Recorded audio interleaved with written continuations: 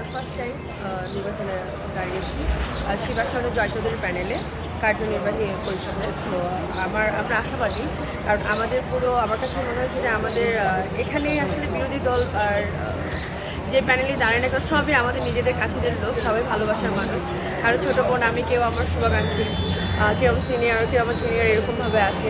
তো আমরা আশাবাদী যে যেই প্যানেলই জিতুক না কেন অবশ্যই বেস্ট চয়েস হোক শিল্পীদের জন্য। আপনাদের প্যানেল থেকে উল্লেখযোগ্য কী করা হবে শিল্পী সমিতিতে? অ্যাকচুয়ালি এইটা আমার থেকে ভালো বলতে পারবে আমাদের যে সেক্রেটারি যে আছেন সব, উনি বলতে পারবেন, বা আমাদের পুরো টিম যখন একসাথে থাকবো আশাবাদী তখন যদি আমি ইন্টারভিউর অ্যান্সার এই কোশ্চেনের অ্যান্সারটা দিই তাহলে বেটার। আজকের যে আলোচনা হলো, মিটিংটা হলো, সেই মিটিংয়ে আসলে কী ফলাফল? আজকে আসলে কোনো আলোচনা ওরকম কিছুই হয়নি, আজকে যা পরিচিতি, যে আমাদের সবাই সবার সাথে পরিচিতি আসছে। আচ্ছা, আরমান মুক্তি প্যানেলের কথা যদি আমরা একটু বলি, উল্লেখযোগ্যভাবে আপনাদের একই সাথে কাজ করেন, কিন্তু বর্তমানে খুব বিরোধী। হ্যাঁ, কিন্তু বাপ্পারাজ ভাই প্রথমে নির্বাচনের নাম দিয়েছিলেন, পরে তার নামটা উইথড্র করা হয়। Actually I sorry to say যে আমি একদম লাস্ট পার্টে এসে আর কি আমার নামটা আসে। সো দ্যাটস ওয়াই আমি ওই ফার্স্ট থেকে আসলে জানা নেই আমার কেন বাপ্পা। ফার্স্ট টাইম এমপিসি শিল্পী সমিতি নির্বাচনে দাঁড়িয়েছেন, সেই অনুভূতিটা কেমন?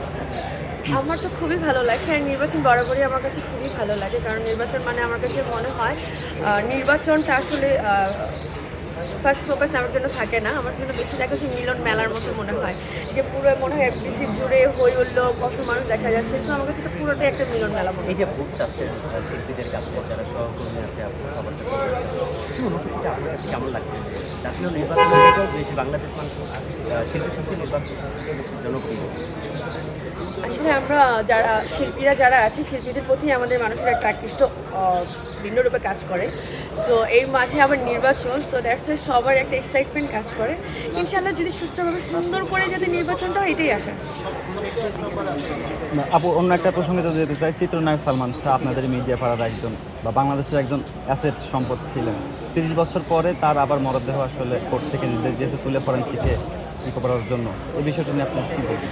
আসলে আমি এইটা একদম নর্মাল মানুষের ফিলিং বা লাইক এইগুলো থেকে আমি অ্যান্সারটা করতে চাচ্ছি না। আমি একদম নর্মালভাবে যেটা বলবো, আমার কাছে মনে হয় সঠিক বিচার অবশ্যই দরকার আছে, বাট একটা দেহ বারবার উঠানো, লাইক দখল করা, এটা আমার কাছে মনে হয় এটা আমার দৃষ্টিতে আমি ভালো দেখি। ফরেনসিকে লাশ যদি পরবর্তীতে তোলা হয়, সেক্ষেত্রে অনেক সময় আজকে শুধু নির্বাচন নিয়ে কথা বলবো, ঠিক আছে?